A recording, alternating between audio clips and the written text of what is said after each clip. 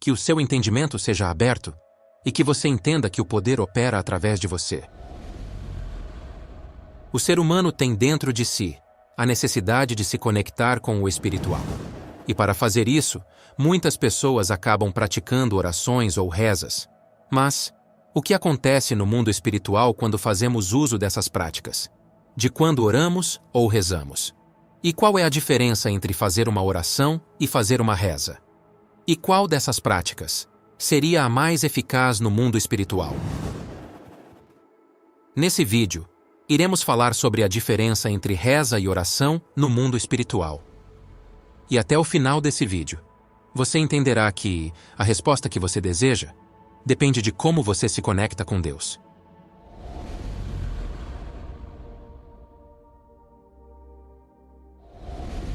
No vídeo anterior a esse, mostramos para vocês como a pessoa consegue ter autoridade espiritual sobre os espíritos malignos.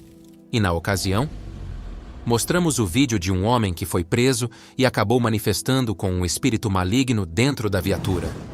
Se você não assistiu, deixaremos disponível no box ao final desse vídeo. Mas uma coisa interessante dessa ocorrência foi que o espírito afirmava que iria levar o homem possuído em 3 dias. Veja esse momento. Em 3 dias.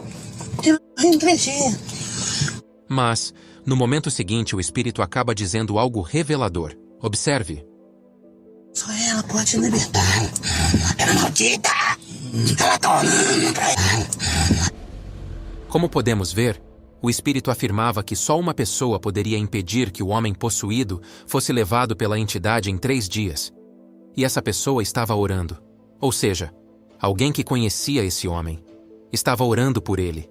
Poderia ser a mãe, poderia ser uma irmã, ou a esposa, não sabemos.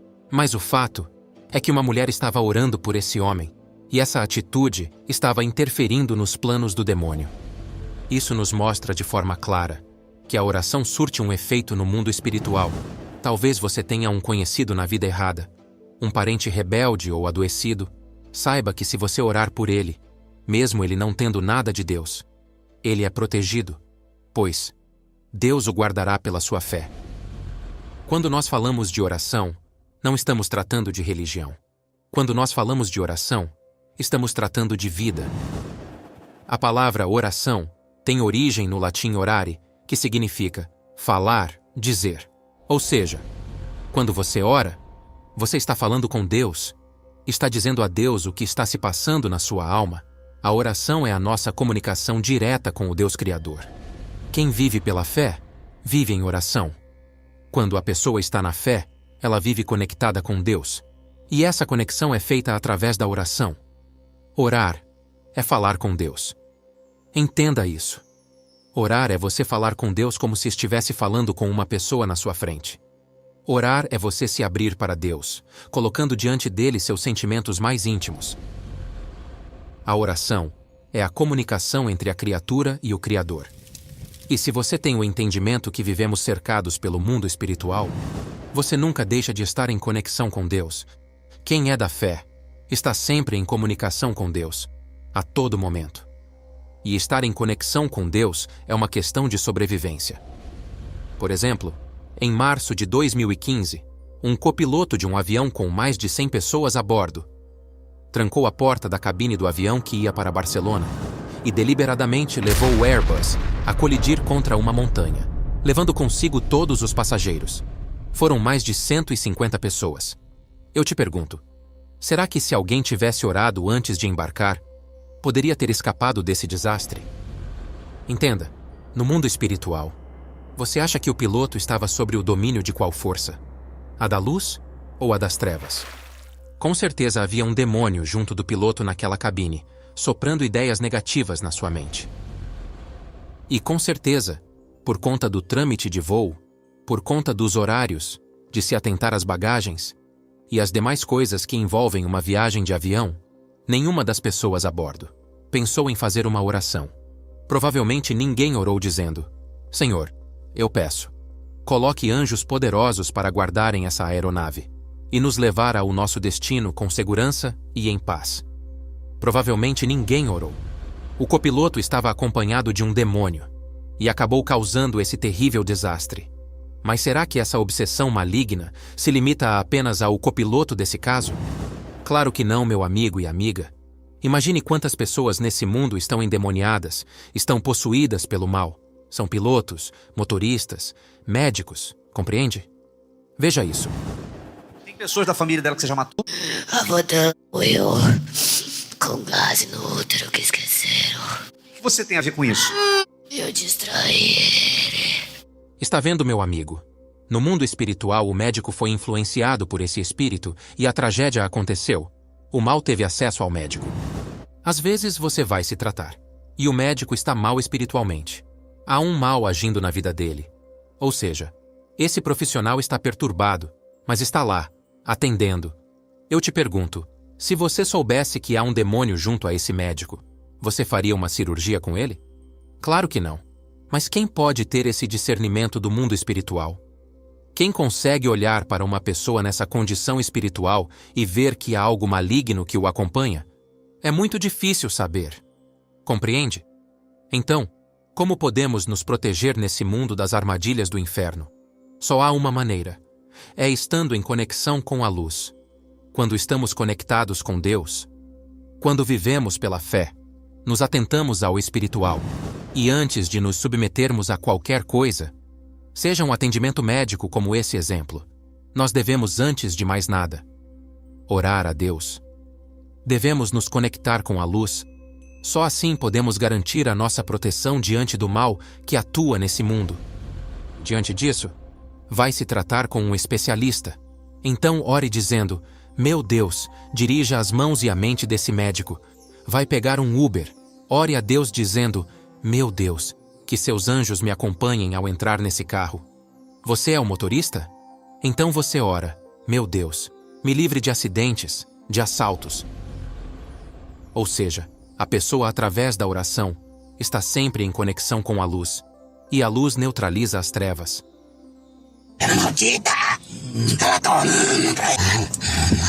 Vimos que o bandido na viatura estava jurado de morte no mundo espiritual.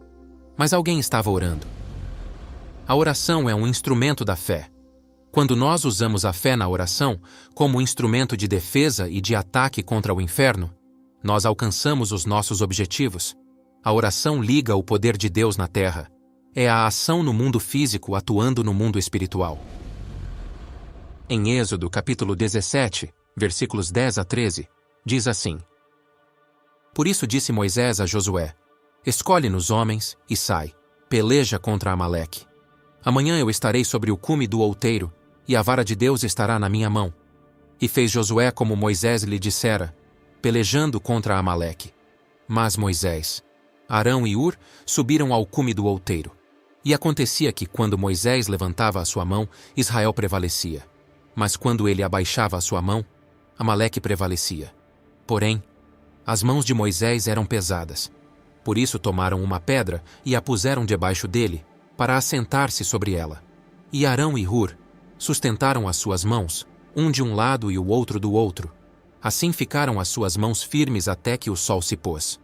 E assim Josué desfez a Amaleque e a seu povo, ao fio da espada. Essa passagem retrata um momento da história do povo hebreu, em que iriam enfrentar um inimigo maior que eles, os Amalequitas. E vemos que Moisés mandou Josué enfrentar o grande exército do rei Amaleque. Mas apesar do exército amalequita ser maior, Moisés tinha uma vantagem. Ele tinha conexão com o Senhor dos Exércitos. E no momento da batalha, Moisés subiu em um monte, acompanhado de seu irmão Arão e de Hur, e ficou em oração durante toda a batalha, com as mãos erguidas. E enquanto Moisés permanecia com as mãos erguidas, o povo de Israel vencia. Mas quando Moisés se cansava e abaixava as suas mãos, os inimigos venciam, ou seja, enquanto Moisés permanecia orando com as mãos erguidas, ele ligava o poder de Deus na terra.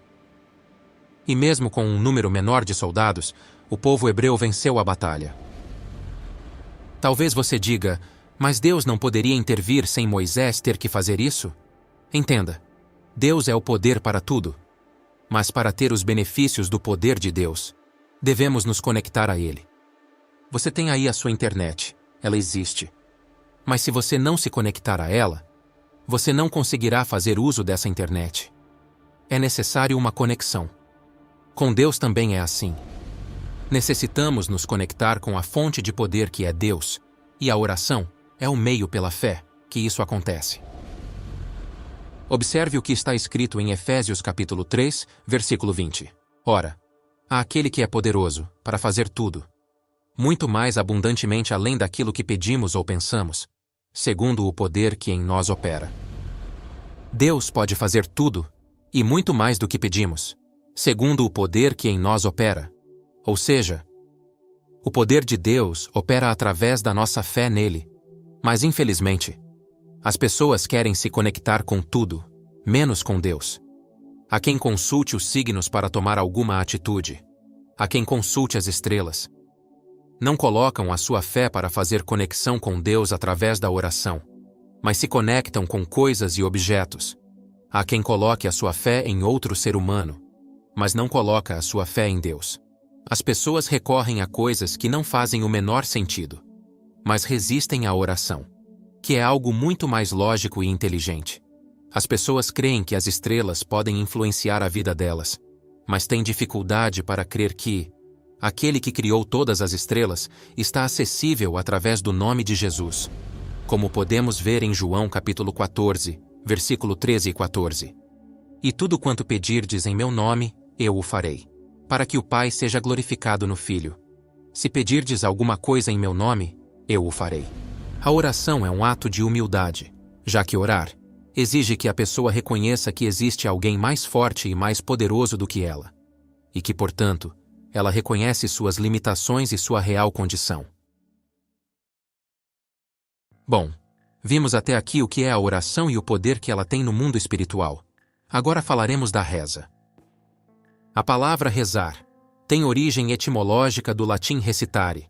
Recitare, traduzido, significa recitar, e no dicionário, recitar significa dizer texto poético ou retórico, em voz alta, usando ou não gestos, expressões faciais e modulação de voz.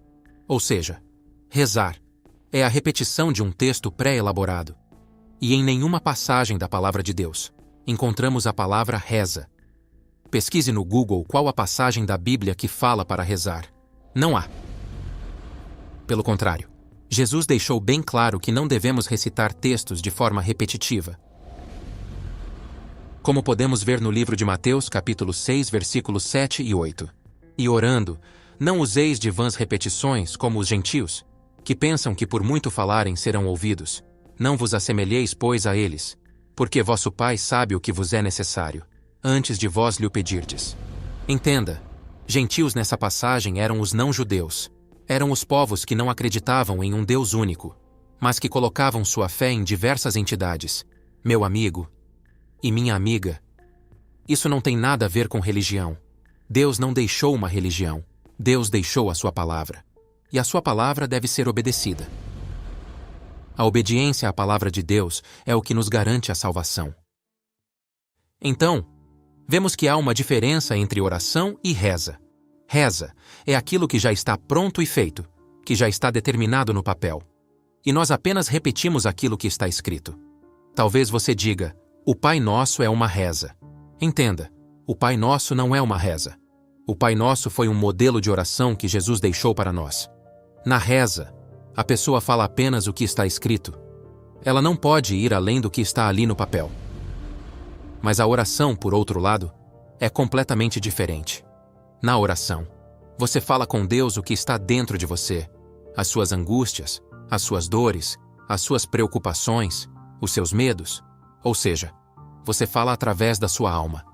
Você coloca tudo para Deus com suas próprias palavras. Ou seja, você conversa com Deus com o seu jeito de falar. Isso é oração. E como vimos, a oração sincera atua no mundo espiritual de forma intercessora, combatendo a atuação das trevas e frustrando os seus planos. Obrigado por assistir a esse vídeo.